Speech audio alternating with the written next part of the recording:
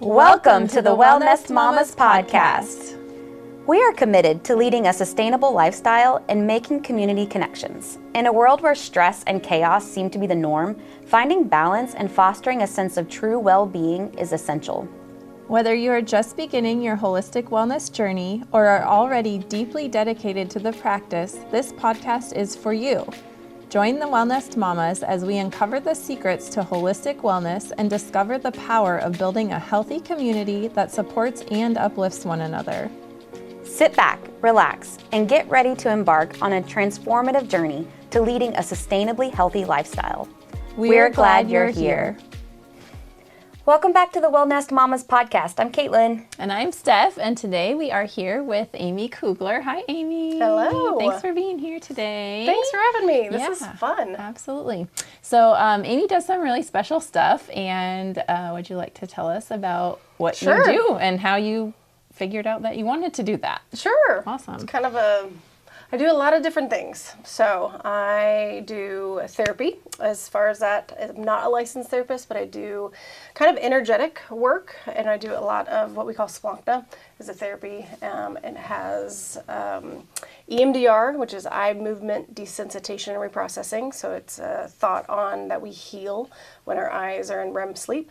We also do a lot of twister on the body, and so there's a lot of pressure points and meridian lines, energetic highways in the body. And so it's a lot like acupuncture, but there's absolutely no needles.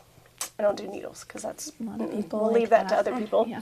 But you do hold points. And so when emotions get stuck and we can tap into the meridian lines, it helps release them. And then also do a lot of tapping. So EFT, emotion focus therapy. So I can't stop. Got to finish the whole tapping sequence. And so when you do different tapping, that one was for trauma. And I learned that one, and I was on a plane, and I just learned it. And I was sitting there, and a guy in front of me started having a panic attack, and I was like, "Oh, that stinks. Oh wait, I just got trained in something." So I got up, and I started to do the tapping sequence, and I was like, "Guy's in trauma, so he's not questioning like, who are you and your credentials," which is good. And he went from about here to a 10 to about a 4 in about 3 or 4 rounds. And I remember sitting there and I was like, oh my gosh, Lord, this stuff works. Like, I know I've been trained in this, but like it really works in this real world environment and can help people. And so that is a basis of what I've been doing that for about 10 years. I got started actually at the Joshua Center. I did their Discernment Prayer training. It was about 9-month program. And it was intense. It was a couple days a week, and we would sit in with clients and we would pray with them and learn all about discernment, which I feel like led into the energetic stuff, which is the Splankna, which now I'm trained in Craniosacral Fascial Therapy, and then recently Touch for Health, which is rebalancing the body and their muscles. So I'm learning a lot more about the physical side of things, where I felt like I got trained in spiritual things first and then emotional things, and then now I'm adding that physical component to that part. So kind of a broad, weird spectrum. And I started off being an interior designer, and I still own that business, Selah Design Studio. But you had asked before we started the podcast, that's kind of a strange combo.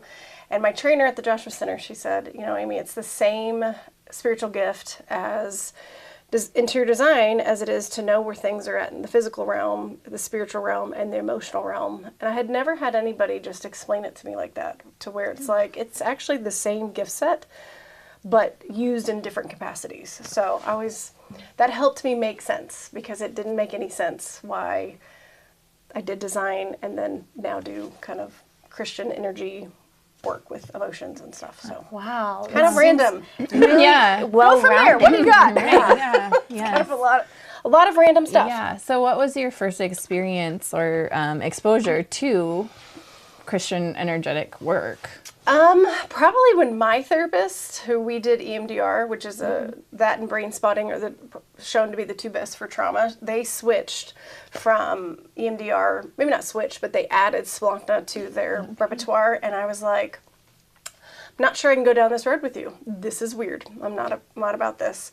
But she tried it on me, and it's because I trusted her so much. And what we were able to do in like 2 years of EMDR, I felt like I did in 4 months. It is fast.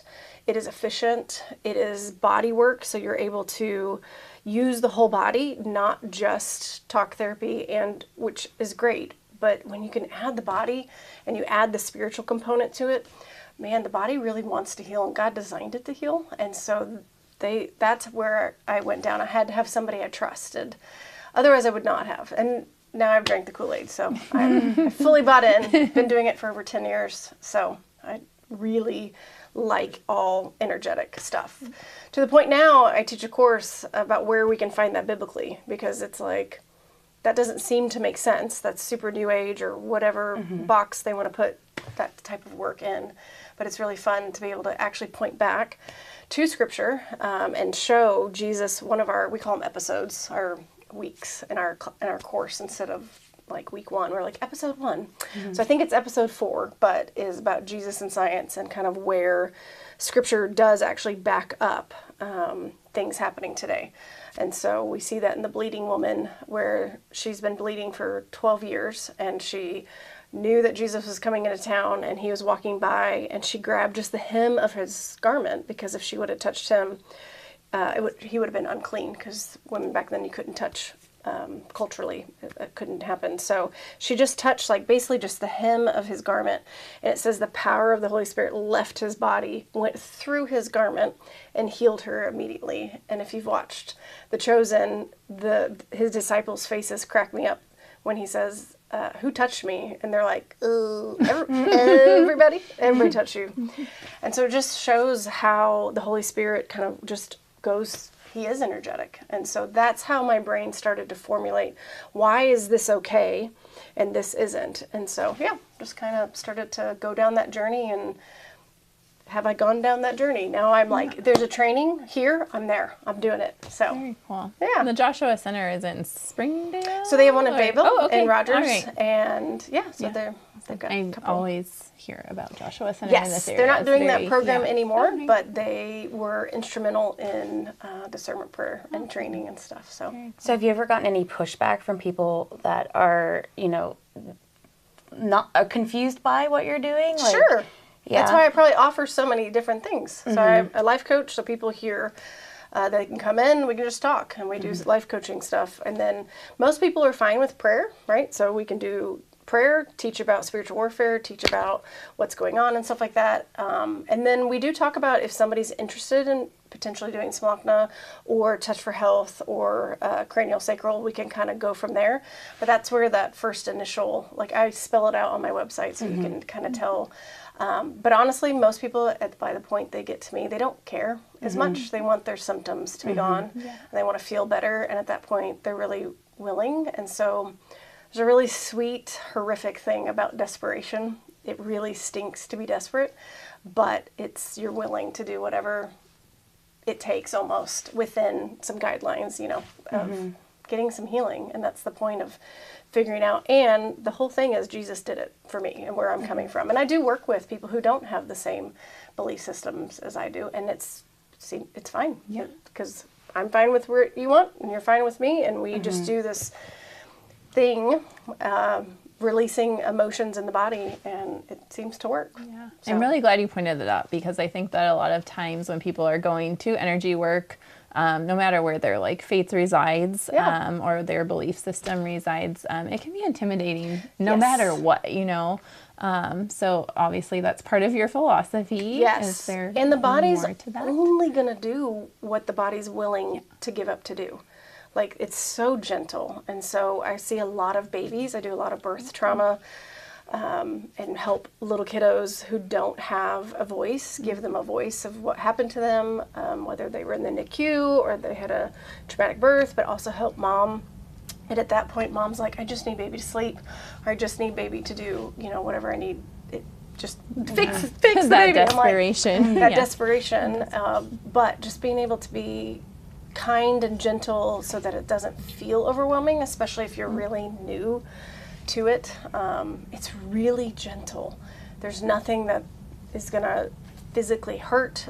It's these really gentle pressure points and or gentle moves. There's nothing that's like, we're not karate chopping Nothing anything. aggressive. Nothing aggressive. It's just really gentle, and it's exactly what the body can take at that moment. And so if the person doesn't feel like it can take a lot, then that's all they need for that day. There's just this really great barometer. The body will let us know. That's really neat. That kind of eases a lot of worries of somebody who's coming in who's not done this before. It's like, okay, this is really just going to be us sitting down and connecting. Yes, it can be. It can be just a talking, can just be a prayer thing, and that's we stay within that realm. When you become a client for a longer time, we really just go, okay, what does the body and what does the Lord want to partner with for healing for that day? And so people potentially might have agendas coming in, and then we end up on the massage table instead. Like, it just depends on what the body's needing, but there's that trust that has to be built, right? It has to trust that this is really weird, but I'm willing to try it. And everyone so far who walks out is like, I feel lighter. And I'm like, that's because the energy in the body is flowing the way that God intended it to flow, that we aren't meant for it to be stuck. And things get stuck most of the time because of unforgiveness. Like, that is the number one thing that keeps energetic movement from stopping. Like, it stops it and doesn't let it flow.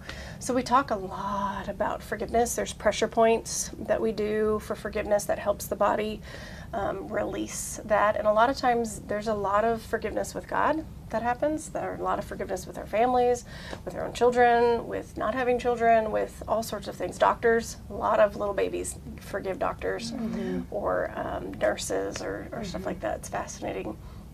Our mom and dad, you know, they need to walk And when you through really think about it, that's one of Jesus' big things. Right. It's forgiveness. Yes, it is. And so it's it's not even if we're not ready to forgive, there's a lot of allowance for that. I remember at the beginning, I'm like, I want to forgive that person, and that was enough just to start the process of thinking about forgiveness in a different way. Because unforgiveness is just drinking poison expecting the other person to die, right? Yeah. It's holding a lot. That is so powerful. I can already think of people I want to send this podcast to.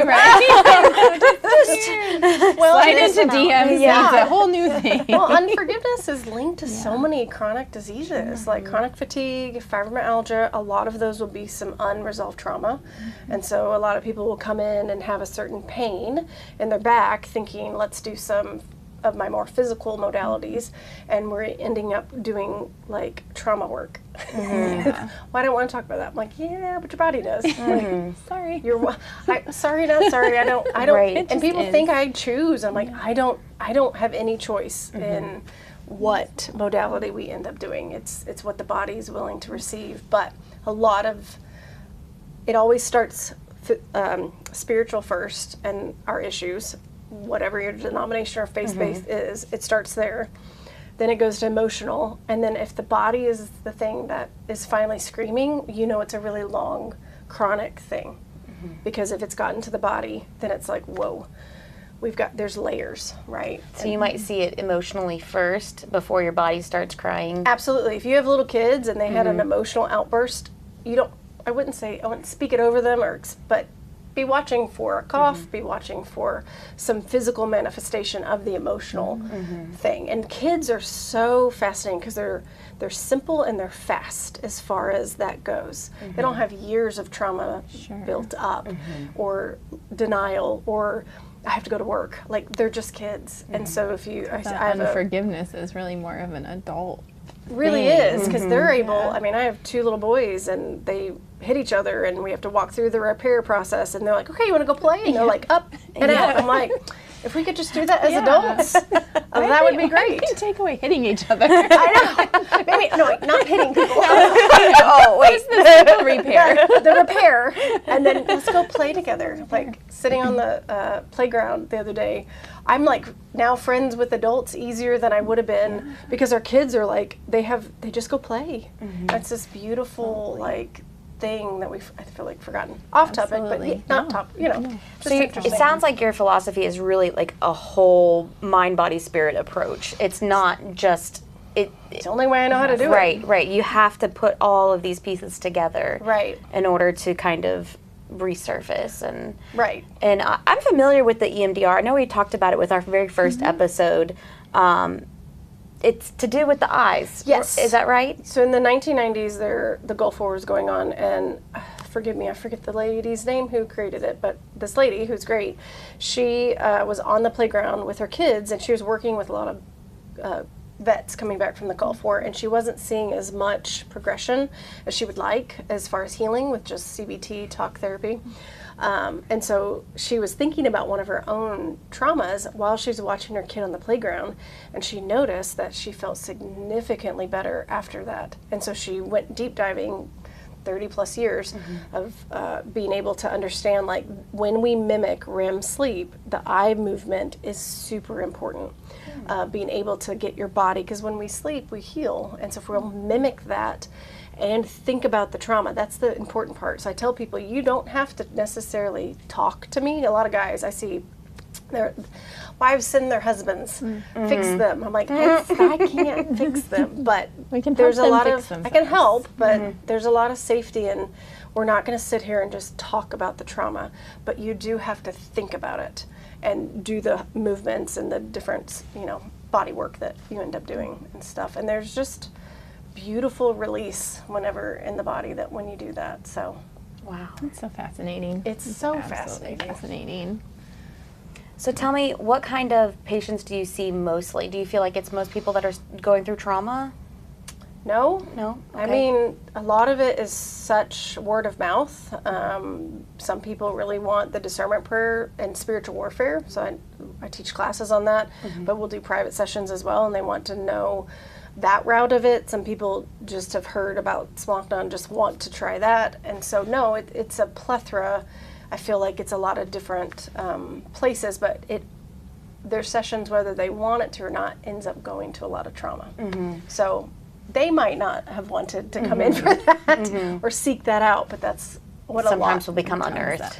It will become unearthed. And things that's how the body keeps a score. Beautiful book, very much based on what that is, because different emotions have different frequency that gets stuck and held in the body. And so it just, again, unforgiveness keeps it stuck, and so you get all sorts of chronic things. You get, like a little kid today, he didn't realize it, but his scapula was super tight, and that's part of the heart meridian line. So in that meridian line, there's abandon, forsaken, jealousy. There's a lot of emotions stuck in his scapula. So I start pushing on it, and he's like, whoa, that hurts. And I was like, And so then we just start to figure out, how do we help that muscle move? How do we get the meridian line and all the energy to move through where it's supposed to? And how do we sit and do forgiveness towards the event that happened that made him really angry and stuff? And then did some cranialsacral through that to release the rest of the fascia holding that trap muscle. And then he felt a whole lot better, but he didn't come in. His parents didn't bring him in for his trap. His, that muscle, his parents brought him in because he's just not wanting to leave the house, or whatever. So, so yeah. Wow. So things come up, and I'm just like, it's a wild goose chase, but let's go. Like, it's so interesting that it starts out so wide. We're like, I don't know where we're going. We're just talking, and then by the end, it's just this beautiful, almost melodic of the way that things get revealed, and where people are like, I would never have thought that, because our subconscious just files things in a way that our conscious brain doesn't. It doesn't file things in chronological order. It'll file by color or smell or trauma type. And big T trauma and little t trauma, the body doesn't really know the difference. It doesn't matter. Like, it's all getting hit on the body in different ways. So, wow. So yeah. Amazing. So tell us more about what you're doing for the community, like what you've got going on that people can tune into. Yes, so I do the private sessions, and that was a lot about that. But my very good friend of 20 years, Lindsay Larsen, we formed a company together, Wells for My Heart, this last year. And we've been beta testing, and now we're fully launching our courses and our workshops. And so we have Leaning In as our 12-week intensive course. It's every week. For 12 weeks, 3 hours, and where we learn about spiritual warfare, Jesus, and science, the whole thing, everything about that part of it, generational, epigenetics. I'm trying to think what other subjects, what other episodes that we have, but a lot of that. And then we have monthly workshops as well. So I think September. 17th is going to be our foster and adoption workshop. And so that one, we're going to be talking about generationally and epigenetics, what that looks like for foster and adoptive parents to be able to pray, to be able to help, like generationally, their kids. And Lindsay, my co-teacher, she has 4 kids that she's adopted, and so 3 from foster care. And so she is a wealth of information as far as that goes. And then the week after, we actually have 2 back-to-back. We don't try to do that often, but back to school got a little crazy. So Victoria and I are doing, Solano are doing a trauma and mineral rebalancing. And so she's been walking me through mineral rebalancing, and she knows about Splankna. And so we've been this very interesting collaboration between the 2 of us about how our minerals in our bodies are so deficient when we have gone through trauma. Even though I've been working for years on trauma for myself, my body is like, listen, lady, you got some more stuff to do.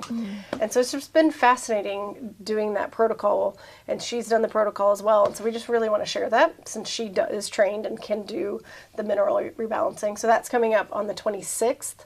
And then every month we have different workshops, and the one on the 26th we're hosting at your space, so I'm excited. Shameless plug for the Wellnest. Yeah, love that space. And so yeah, every month we have a different one on our Wells for My Heart website. So people can really come in and learn. Yes, the whole point is I don't actually want you to be my client for years. I really don't. Cool. I mean, come in, great, but we are all about teaching. Like, I don't want to gatekeep information because I just don't. I want to be able to show that, especially in this realm of energetic stuff, Christianity, how does that go together? What the heck is spiritual warfare? I've been to so many churches and they skip, verses about things that they don't want to stop and clarify. And I'm like, I want to clarify it. I want to jump into those spaces that are really confusing, where people just kind of go like this, throw the baby out with the bathwater. And I just want to be like, no, this was ours, and we need to, let's talk through that part. And so that's the teaching portion that I'm really passionate about, is the teaching, so that you can go and do that for your whole family. We teach a whole portion of how to kind of break generational strongholds, and it's so simple, but everyone just wants to book sessions. Like, you can, but I'd rather just teach you how to do it and be able to help your whole family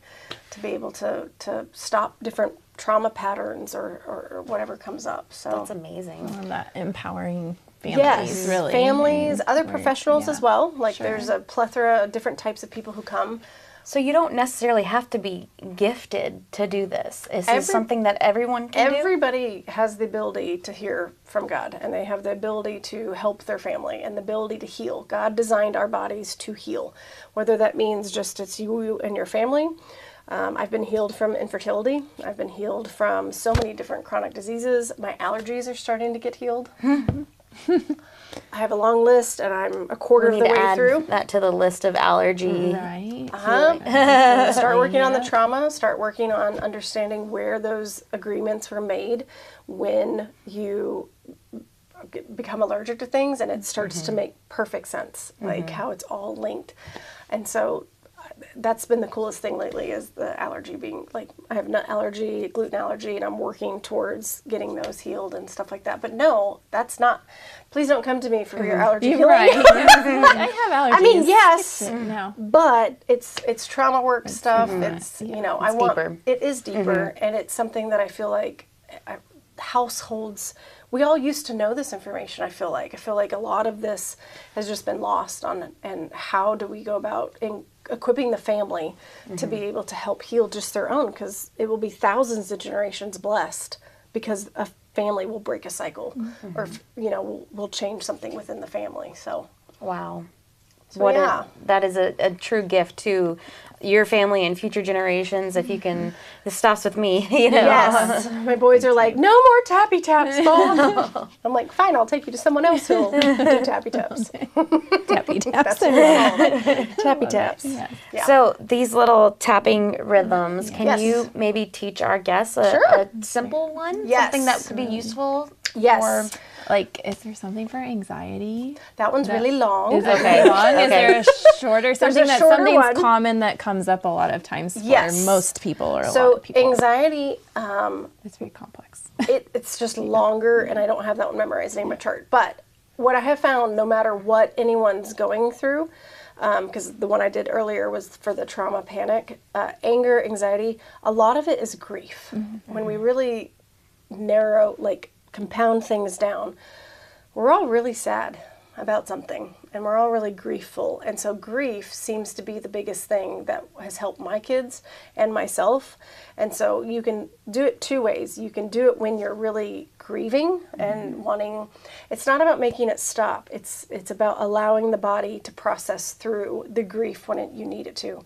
But you can also do it when you're feeling super joyful to like lock in that joy. So you can kind of do it with two different mindsets. One, if like, ooh, this is a lot of grief. Or if I'm about to go to my own therapy, I'll do my grief tapping to prep my body for anything that's griefful. Like if you had a funeral coming up or something really sad that was coming up, you could do the grief tapping to get your body prepped to know how to process through that grief, if that makes sense. Yeah, absolutely. That one's really short, and I can show you that one. Okay. So you're going to use just your finger pads here, not your thumb, but the rest of your fingers. And you're going to tap on your eyebrows. And then you're going to be thinking about something griefful. That's the special sauce, is making sure. And then you tap your under eye. You tap your collarbone. And then you tap this kind of valley in between your ring and pinky. And then, since you're not in a therapy office, you're going to just tap your feet back and forth. And that is the EMDR part. That is the getting your body to be stimulated on both sides of your body, because you just need that. And you do that for about 20, 30 seconds, whatever you want. And when you're finished with that, we pound it in, is what we call it. And that just is like an enter button. It tells your body that that sequence is over. And that's a combination of EMDR and the tapping together. And so it's just the eyebrows, under eyes, collarbone, hand. So it's a much more simple one. This is the one my sons can, they're 3.5 and almost 5, so they can memorize that one. So, yeah. Thank you. You're so welcome. If you use that, let us know what you think. We'd love to hear some feedback. Absolutely. Yes. So last thing is, where can our listeners find you, aside from the workshop at the Wellness Shop? Yes, the workshop there on the 26th. So I have an office in Lowell, where I do my private sessions. So amykoogler.com. I kept it really simple so I wouldn't have to think about all the craziness, is my private sessions, but then any teaching courses would be wellsformyheart.com. And so that's where we have all of our teachings, trainings, anything to do with the monthly workshops. You can register and all of that through that website. Also on social media? Yes, definitely. Both places on Facebook, social media, Wells for My Heart, and then Amy Koogler. Awesome. Yeah. So do your workshops, are they only in person, or do you offer a virtual? So we do the virtual as far as we do videos, and then we'll send them out the next day. I tried, when I did the one with Stacy at your place, we tried to do Zoom and record and in person, and it was a lot. I was like, I like the idea I'm not that of tech recording, savvy. and so we just recorded and then we sent it out to anybody. So yeah, if you register, there's a spot on there if you're attending in person, or if you'd like a recording of it, and then we can do either. So we do. I see clients on Zoom, so not everybody that I see is locally. I saw somebody today. They live across the nation. So wow, I see all sorts of people. That's cool. I love the accessibility. It's yes, so great. Making it easy. Yes. Yes. Is there anything else you want our listeners to know? I'm just really excited about these ladies and their space and their new space and like what you guys are doing for the community and just what you guys are trying to do. I love it. I think it's great that you're sharing. We're on a mission to make people feel their best selves. You know, we really want to encourage people to don't stop at the status quo. Explore these avenues. Ask different things, ask questions, get curious, and meet different people and try different things. Yes. Love it. Thank you. You're Thanks welcome. so much. Thanks for letting me Thanks, come on. Bye, everybody.